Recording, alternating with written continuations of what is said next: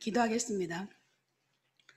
할렐루야. 하나님 아버지 감사합니다. 우리 청년부 주일, 복된 주일에 모여서 예배할 수 있도록 허락해 주신 하나님 감사합니다. 이 한 시간 말씀 앞에 저희가 섰사오니 깨닫게 하시고 하나님의 말씀이 우리 가운데 뿌리 내리게 하시고 하나님 아버지의 말씀이 우리 가운데 열매 맺게 하여 주시옵소서. 감사드리며 예수님 이름으로 기도드렸습니다. 아멘. 마스크 벗으면 안 되죠? 왜냐하면 우리가 모였기 때문에. 우리 어른들은 그 코로나 검사 안 받으신 분들은 오늘 못 나왔어요. 우리 청년부는 내가 조금 미안한데 몇 명은 제가 확인을 못했는데 아무튼간 자, 오늘 제목은 주보에는 사랑의 방법이지만 글씨를 다 못 넣어서 예수님을 뺐어요. 예수님의 사랑의 방법입니다. 예수님의 사랑의 방법. 여러분, 예수님의 사랑의 방법은 제일 먼저 떠오르는 게 혹시 뭐가 있을까요? 현아, 뭐가 있을까요? 1, 2, 3, 땡. 자, 그 다음 은영이 십자가. 십자가. 그 다음 정답은 아니야. 내가 얘기하는 거는. 그 다음에 우리 가영이 예수님의 사랑이 뭘까?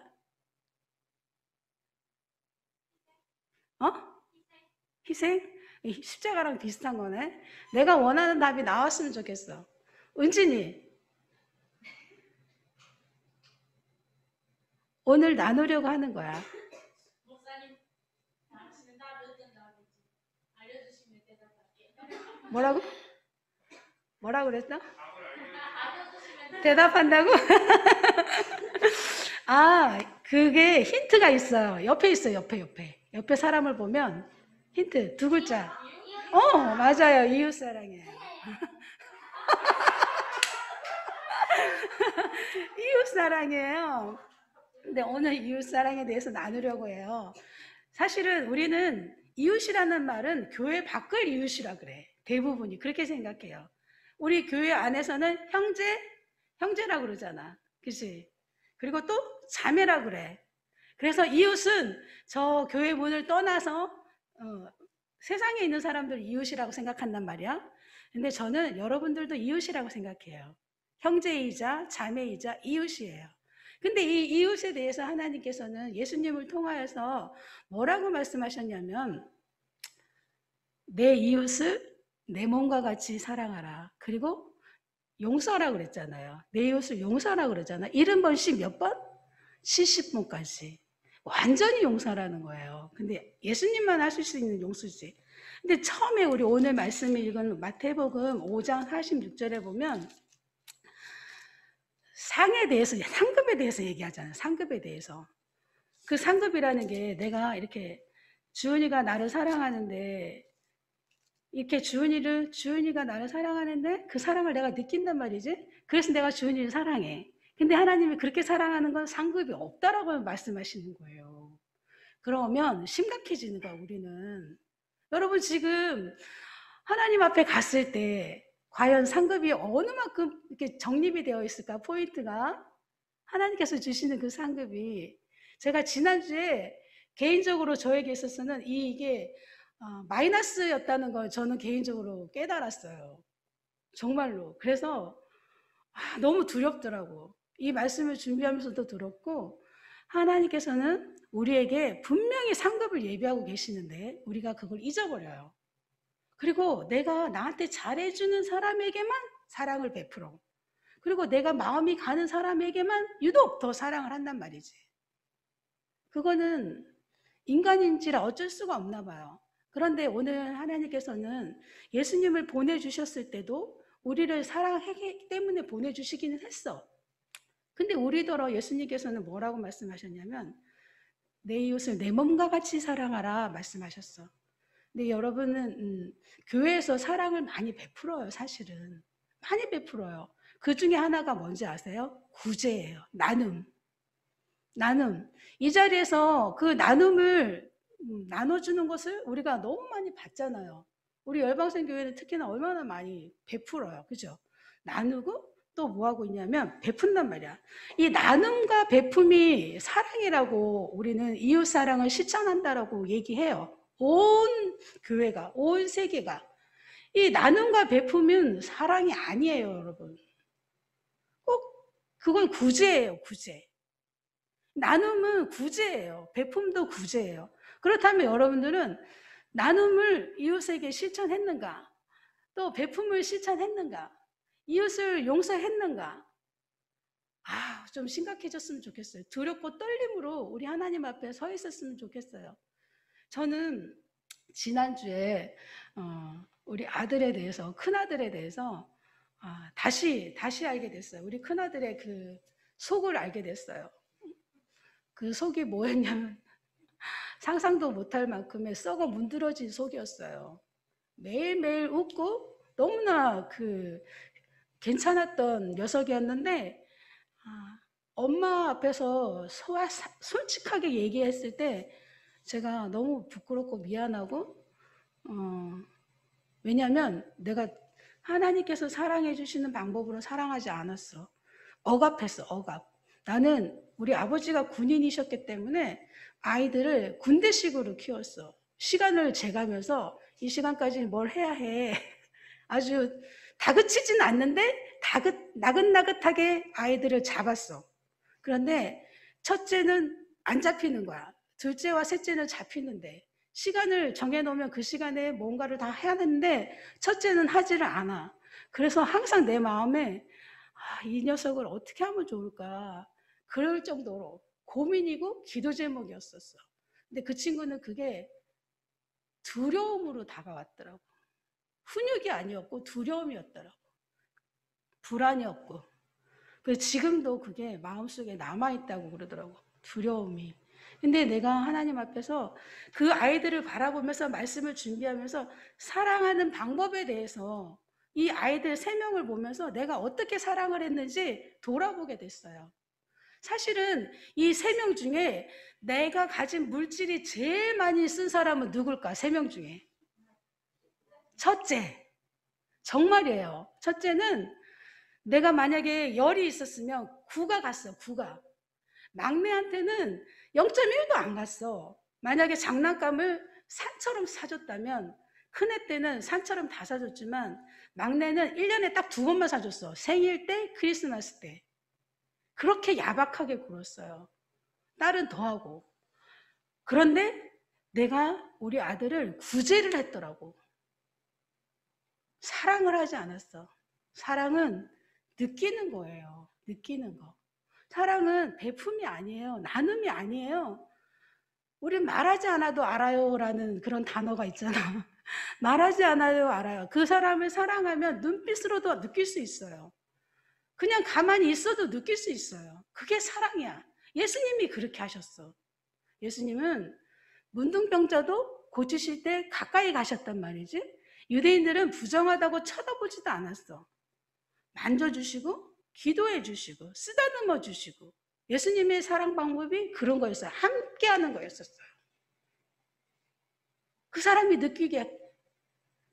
근데 우리에게 하나님에게 우리를 비춰볼 우리의 모습은 뭐냐면 오늘 이 시간부터 나를 사랑하지 않는 사람을 한번 바라보세요. 생각의 틀을 완전히 바꿔보세요. 제 경험상 저에게 맨날 손가락질하는 사람이 있었어요. 내가 뭘 하면 이거 이렇게 하지 마세요. 이건 이렇게 해야 돼요.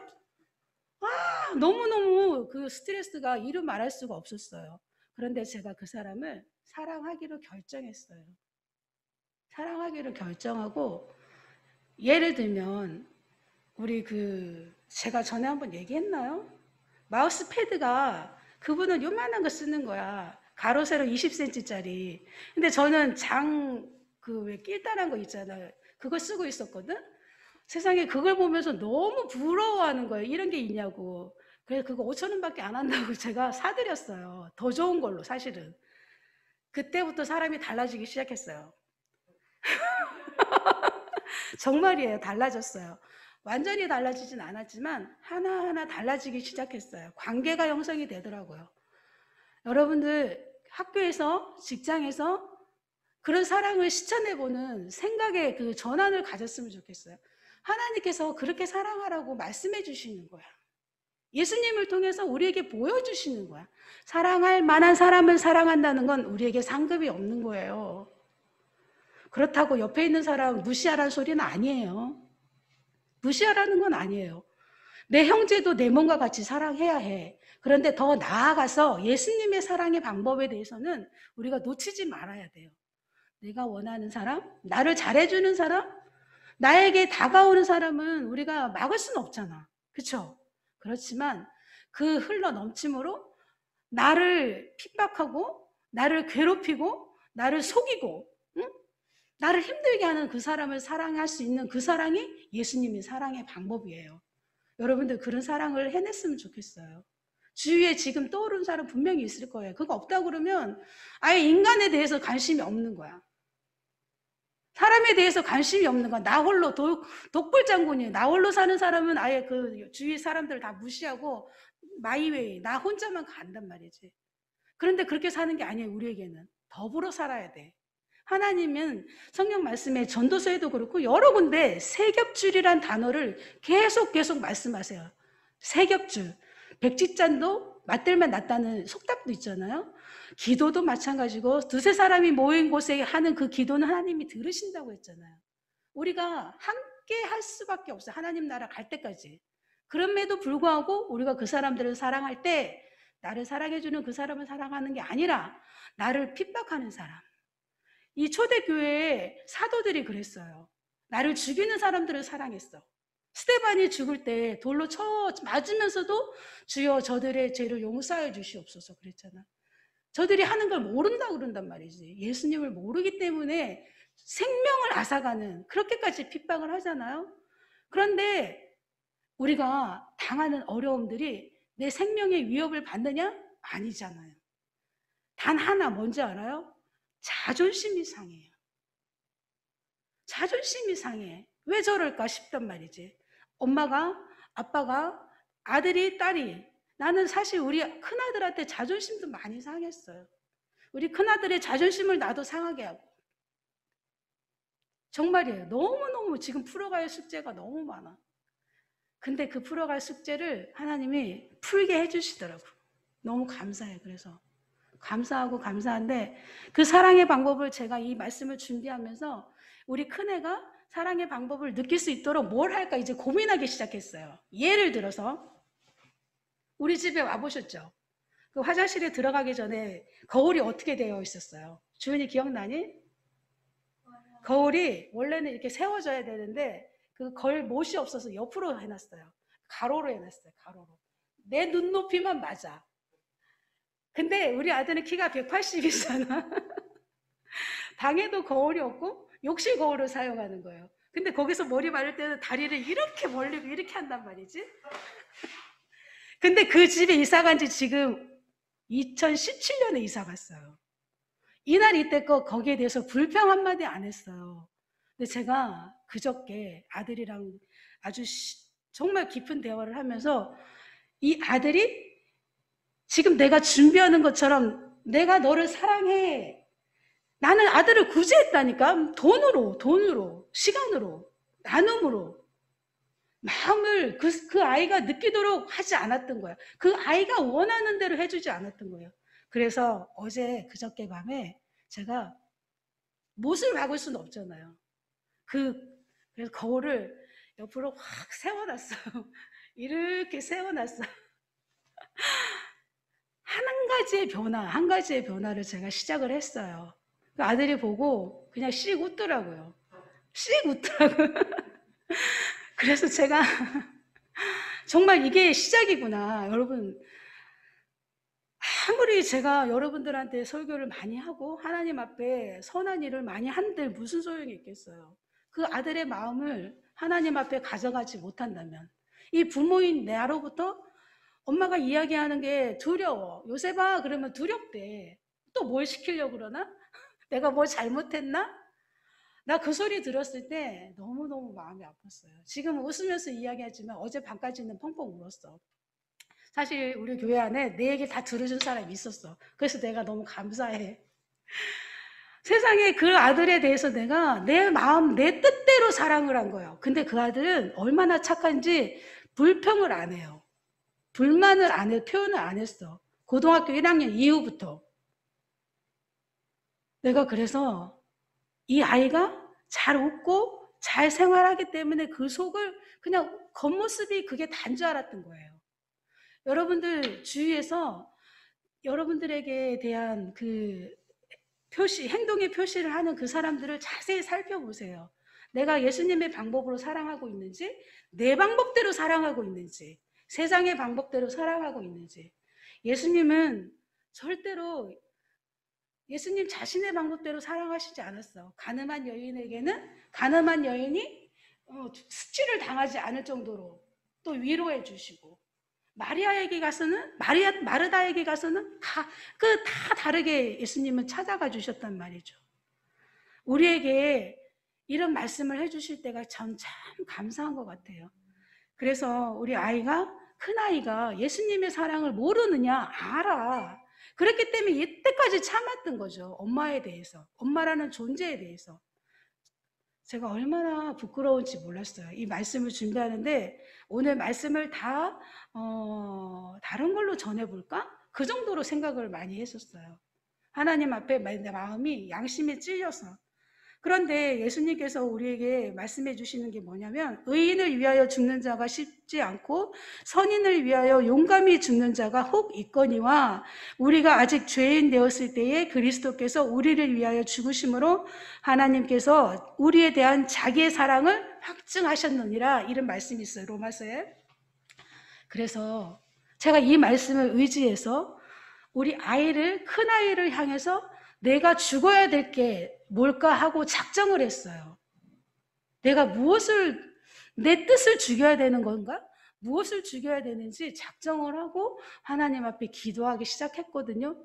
이제는 그 아이가 나에 대해서 온전한 사랑을 느낄 수 있도록, 부모로서의 사랑을 느낄 수 있도록 저는 이제 시작이에요. 이제 시작이에요.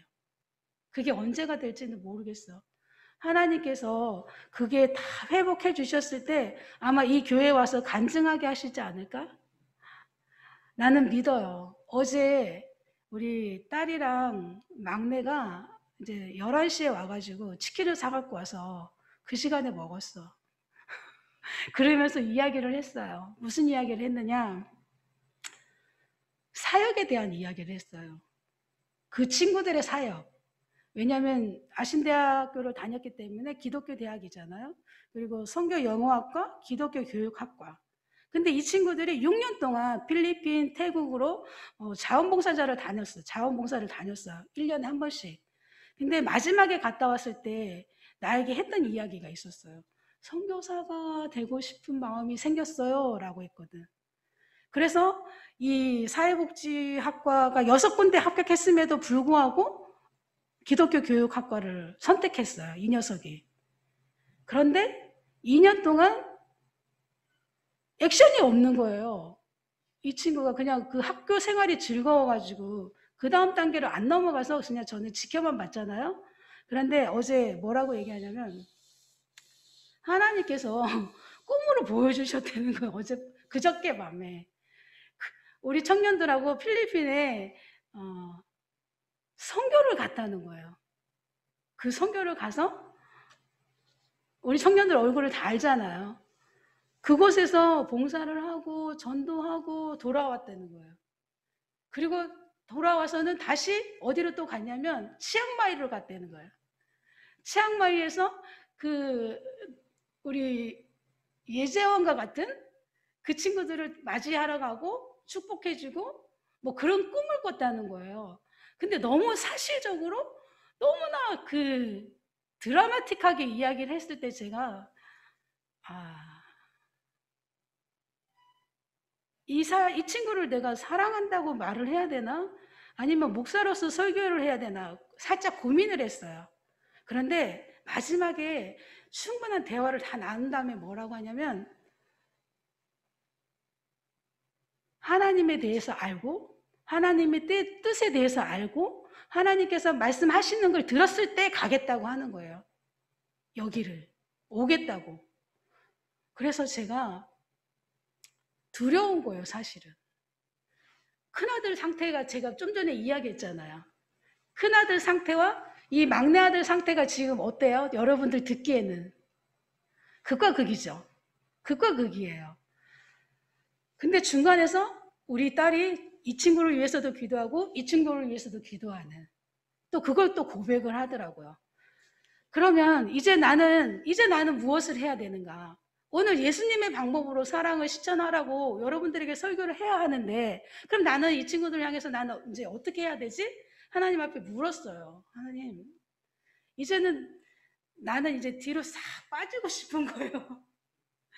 하나님께서 하세요라고 얘기하고 싶은 거예요.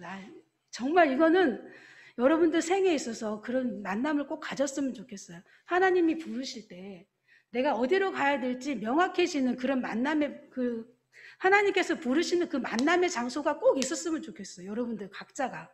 그런 다음에 하나님이 어떻게 사랑하라고, 이웃을 내 몸과 같이 사랑하라고 했는데, 그러면 내가 어떤 이웃을 사랑해야 되는지 알려달라고 하는 그런 기도도 했으면 좋겠어요. 그 사람들을 사랑해낼 때 그 다음 단계로 하나님은 통과하고 시험에 합격했을 때 여러분들을 사용하시리라 저는 믿어요.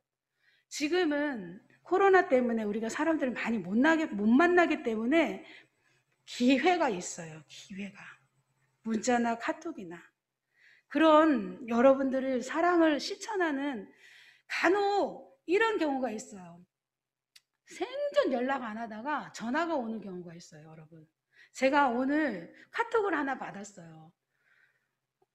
제가 카톡 프로필에 전화번호 이렇게 올려놨잖아요. 사진을 올려놓고.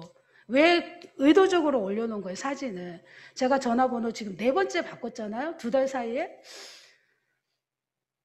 관계가 다 끊어졌어요, 제가 연락하지 않으면. 그런데 신기하게 저는 사진을 한 번도 안 올려놨었거든요. 근데 그 사진을 보고 전화번호를 보고 연락이 왔어요. 15년 만에. 내가 그 친구를 위해서 정말 기도했거든요. 만남은 없어도. 기도했는데 연락이 왔어요. 너무 신기했어요. 그 친구가 나를 해를 끼쳤어요. 해를 끼쳤어요. 내가 사기 아닌 사기도 당하고 그 친구 때문에 어려움을 너무 많이 겪었는데, 하나님은 그 친구를 연락을 하게 하시고 내일 통화하기로 했어요. 오늘은 통화를 못 하겠더라고요. 설교 가운데 있어야 되니까. 그러면서 제가 무엇을 느꼈냐면, 하나님의 방법, 예수님의 방법은 우리가 상상할 수 없다. 그냥 그 방법을 우리는 그냥 실천만 하면 하나님은 결과물을 우리에게 보여주신다. 저는 그게 느껴지는 거예요. 그래서 예수님께서 우리에게 택하셨던 2번째 방법은 좀 전에 이야기했던 것처럼 함께하는 것 같아요. 함께하는 거. 나를 싫어하는 사람을 향해서도 함께 해야 하고, 나를 원하는 사람을 향해서도 함께 해야 해요. 우리가 가릴 수 없어. 내 앞에 다가오는 사람을 밀쳐내지 않았으면 좋겠어요, 여러분. 하나님께서 보내주시는 사람이라고 여러분 꼭 믿으시길 바래요. 여러분들 앞에 있는 사람, 내 뒤에 있는 사람, 내 옆에 있는 사람, 하나님께서 만나게 하시고 하나님께서 그들을 섬기라고 보내신 사람들이에요. 그들이 이웃이에요. 내가 이웃을 찾아가는 것이 아니에요. 그럼 이웃이 가족일 수도 있어. 응? 이웃이 교회의 성도일 수도 있어요. 이웃이 또 내 직장의 상사일 수도 있고, 또 학교의 친구들일 수도 있고, 교수님일 수도 있고, 이웃은 우리가 상상할 수가 없어. 그러나 여러분들은 혼자 있지 않잖아. 아침부터 저녁까지 누군가를 꼭 만난단 말이에요. 나는 집에만 있어요 라고 하면 할 말이 없어요. 그럼에도 불구하고 여러분, 연락을 해야 해. 그러면 전화를 해야 해. 문자를 해야 해. 여러분들이 먼저 손 내밀어야 돼요. 다가오기를 기다리지 마세요. 예수님은 찾아가셨다니까? 예수님이 찾아가셔서 함께 하셨어요. 멈춰 있지 말아요. 멈춰 있지 마세요. 그러면 고인물이 되는 거예요. 썩은 물이 되는 거예요. 나에게 다가올 걸 바라지 말아요. 성경 말씀에 받고 싶은 대로 주라고 그러잖아. 받고 싶은 만큼 주라고 그랬어. 저는 이거 실험을 많이 해봤어요. 정말로 많이 해봤어. 내가 받고 싶은 사람들한테 나는 시간을 줘.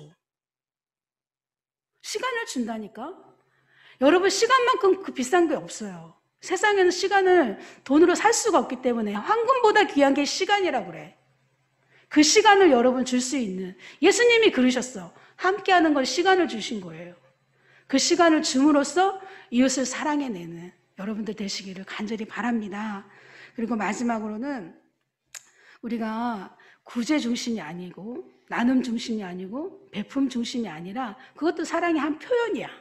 그런데 우리 청년부는 그런 사랑이 아니라 사랑을 느끼게 하고 함께함으로써 느끼게 하는 그런 사랑을 베푸는 우리가 됐으면 좋겠어요. 저도 그래서 우리 큰아이하고 시간을 보내려고 노력해요. 오늘 아침에도 새벽같이 일어나서, 주일학교 교사거든, 나가는 아들을 향해서 축복하고, 그전에는 난 자고 있었거든. 아무튼간 예를 들면 그렇다는 거예요. 그래서 사랑은 증명하는 것이 아니라 느끼게 하는 거예요. 증명하는 것이 아니라 느끼게 하는, 우리 청년부 사랑을 느끼는 청년부가 됐으면 좋겠어요. 그리고 사랑을 전하는, 함께 해주는, 오늘부터 여러분들끼리 좀 시간을 보내봐요. 다른 분들하고도 시간을 좀 보내봐요. 그냥 나를 위해서만 쓰지 마세요. 그럼 상급이 없다니까. 하늘나라 가서 우리는 어떻게 살 거야? 하나님 앞에서 부끄러워가지고. 나를 위해서 쓰는 시간이 아니라 누구를 위해서? 누구를 위해서? 그렇죠. 이웃을 위해서. 이웃을 위해서 쓸 수 있는 여러분들 그런 여유를 가지는, 하나님이 주신 그 성령으로 하는 것이지 내가 하는 게 아니에요. 나는 그들의 손만 잡잖아? 그럼 나를 통과해서 하나님께서 하신다는 거지. 예수님께서 하신다는 거죠. 그 사실을 꼭 기억하고 한 주간 동안 우리 손을 내밀어 보는, 함께하는, 느끼게 하는, 그 사랑을 느끼게 하는 우리 청년들 되기를 간절히 소망합니다. 기도하겠습니다.